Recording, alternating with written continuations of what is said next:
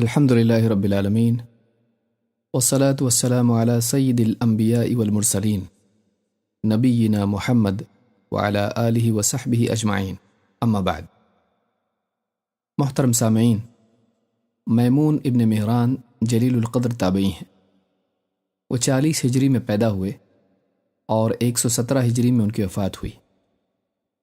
امام الذہبی کے قول کے مطابق انہوں نے متعدد حضرات صحابہ مثلا ابو ہریرہ، حضرت عائشہ، حضرت ابن عباس اور ابن عمر رضی اللہ تعالیٰ عنہم اجمعین سے روایت کی ہے۔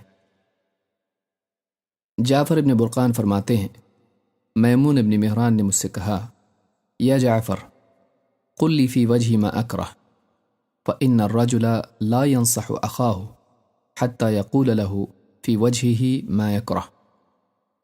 اے جعفر، جو بات مجھے بری لگے وہ میرے سامنے کہہ دو، اس لیے کہ ایک آدمی اس وقت تک اپنے بھائی کا خیر خواہ نہیں ہو سکتا جب تک کہ وہ اس کے منہ پر وہ بات نہ کہے جو اسے بری لگے۔ حلیۃ الاولیاء جلد 4 صفحہ 86۔ نصیحت ایک بہت ہی مشکل کام ہے، خصوصاً جب کہ نصیحت میں انسان کی کوتاہی پر تنقید کا پہلو بھی شامل ہو جائے۔ عام طور پر لوگوں کا حال یہ ہوتا ہے کہ وہ اپنے متعلقین میں سے کسی پر تنقید کرنے اور اس کی غلطی پر زبان کھولنے سے گریز کرتے ہیں۔ کوئی کسی کے ساتھ اپنے تعلقات بگاڑنا نہیں چاہتا۔ تعلقات کا لحاظ اور دوسروں کی ناراضگی کا خوف ان کی اصلاح میں مانع بن جاتا ہے۔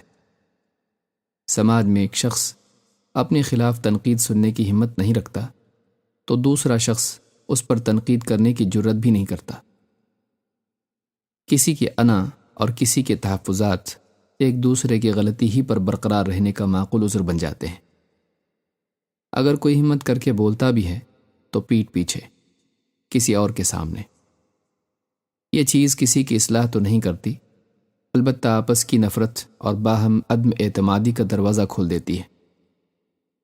ایک بااصول انسان کا حال اس سے مختلف ہوتا ہے۔ وہ مداہنت اور خوش فہمی کی دنیا میں جینے والا نہیں ہوتا، بلکہ وہ دوسروں کی اصلاح کی خاطر کڑوی بات بولنے اور اپنے خلاف کڑوی بات سننے کا حوصلہ رکھتا ہے۔ وہ اپنے خلاف تنقید کو جذبات کی عینک سے دیکھنے کی بجائے حقیقت پسندی کی نگاہ سے دیکھتا ہے۔ کوئی اس کی غلطی کی نشاندہی کرے تو اس کو وہ اپنی بے عزتی اور دل آزاری کا معاملہ نہیں بناتا، بلکہ اصلاح اور ترقی کا معاملہ بنا لیتا ہے۔ وہ اپنے ناقد کو اپنا دشمن سمجھنے کی بجائے اپنا خیر خواہ سمجھتا ہے۔ ایک بااصول انسان اعلیٰ سطح پر جینے والا انسان ہوتا ہے۔ اقول ھذا واستغفر اللہ لی ولکم۔